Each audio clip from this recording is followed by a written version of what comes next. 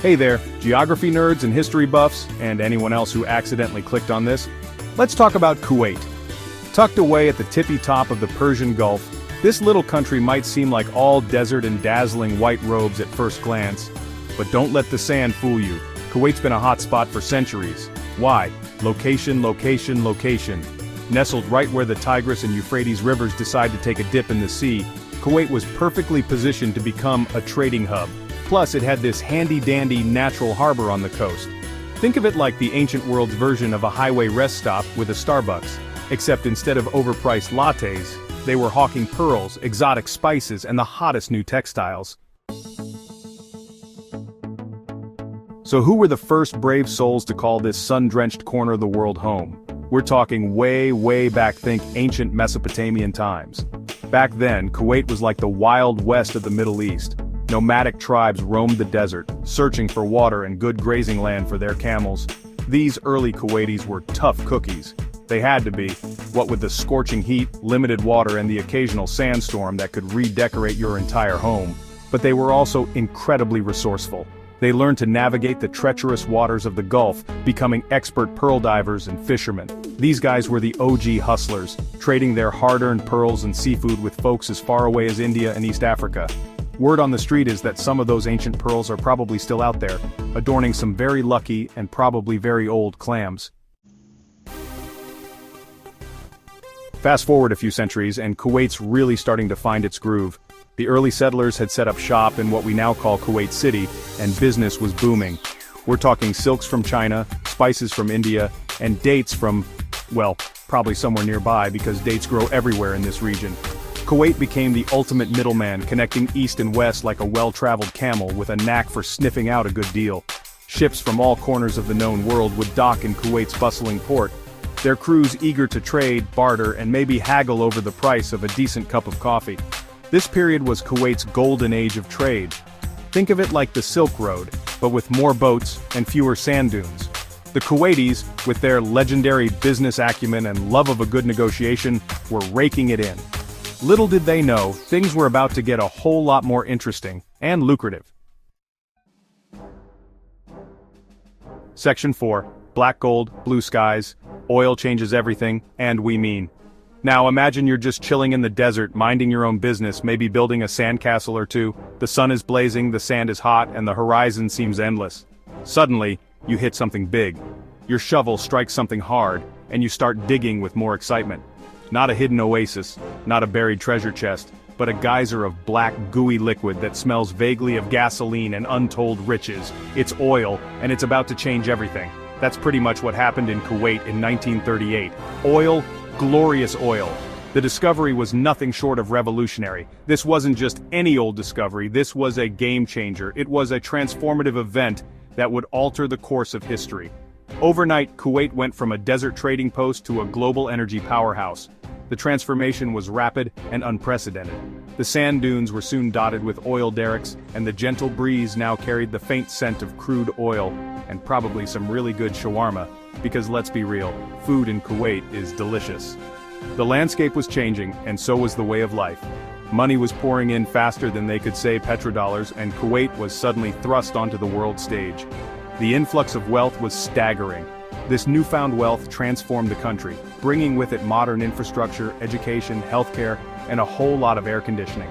Because seriously, have you felt the heat in this place? The quality of life improved dramatically. It was a time of unprecedented growth and prosperity, but as with any good story, there were a few plot twists still to come. The journey was just beginning, and the future held many surprises. Section 5, Independence Day. But make it Kuwaiti navigating a new world order. Remember that whole being a British protectorate thing? It was a time when Kuwait's destiny was not in its own hands. Yeah, by the 1960s, Kuwait was over it. The winds of change were blowing and the people were ready for a new chapter. It was time to trade in colonial rule for self-determination, to embrace their own culture and traditions, to swap afternoon tea for some piping hot chai, a symbol of their unique identity, and to finally have a say in their own destiny. The streets were filled with joy and anticipation. So on June 19, 1961, Kuwait raised its own flag, a powerful symbol of newfound freedom, cranked up the Arabic pop music, and declared independence. The air was electric with celebration. It was a momentous occasion, a turning point in their history, a chance to forge their own path in a rapidly changing world. The future was theirs to shape. Of course, independence comes with its own set of challenges. It wasn't going to be easy. It's like moving out of your parents' house. Exciting but daunting. Sure, you're free to set your own bedtime, to make your own rules and eat ice cream for dinner if that's what you fancy.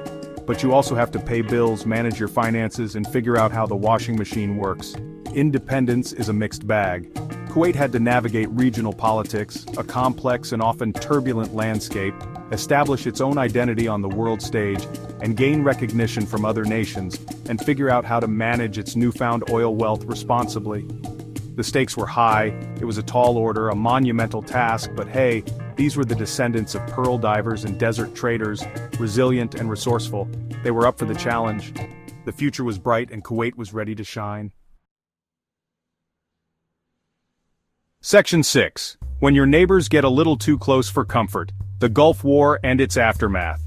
Remember that whole regional politics thing we mentioned earlier?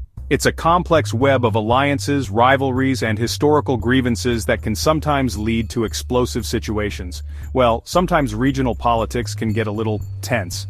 And by tense, we mean on the brink of war. In 1990, tensions boiled over when Iraq, led by a certain mustachioed dictator with a penchant for dramatic speeches, decided that Kuwait looked awfully tempting. Saddam Hussein's ambitions knew no bounds. Suddenly, Kuwait was facing an invasion, its sovereignty violated, its people in danger. The small nation was caught off guard by the sheer force of the Iraqi military. The world watched in horror as Saddam Hussein's forces swept across the border, throwing sand in the gears of Kuwait's newfound independence. The international community was quick to condemn the aggression. Operation Desert Storm, a US-led coalition, intervened, pushing back Iraqi forces and liberating Kuwait. The coalition's swift and decisive action was a turning point in the conflict. But victory came at a cost. The war left a trail of destruction and suffering in its wake. Kuwait was left picking up the pieces, literally and figuratively. The task of rebuilding the nation was daunting, but the spirit of the Kuwaiti people remained unbroken. The oil fields were ablaze, the environment was devastated, and the psychological scars of war ran deep. The environmental impact was particularly severe, with oil fires burning for months. Rebuilding was a monumental task, but Kuwait, with its trademark resilience and a little help from its friends, rolled up its sleeves and got to work. The nation's recovery was a testament to its enduring strength and determination. Section 7. Kuwait today, still standing, still thriving, still figuring it out. So here we are in 2025, and what's Kuwait up to these days? Well, for starters, it's still standing, which, considering the events of the early 90s, is no small feat. Kuwait has rebuilt itself, bigger and bolder than ever. The oil wells are flowing, the skyscrapers are reaching for the sky, and the shopping malls are, well, they're still shopping malls, but they're really, really nice shopping malls. Kuwait has worked hard to diversify its economy, investing in education, technology, and tourism. It's a country that's constantly evolving, trying to find its place in a rapidly changing world. Sure, there are challenges, political reforms, economic diversification, that whole climate change thing that's making the desert even hotter. But through it all, the spirit of the Kuwaiti people shines through, their resilience, their entrepreneurial drive, and their unwavering love of a good bargain.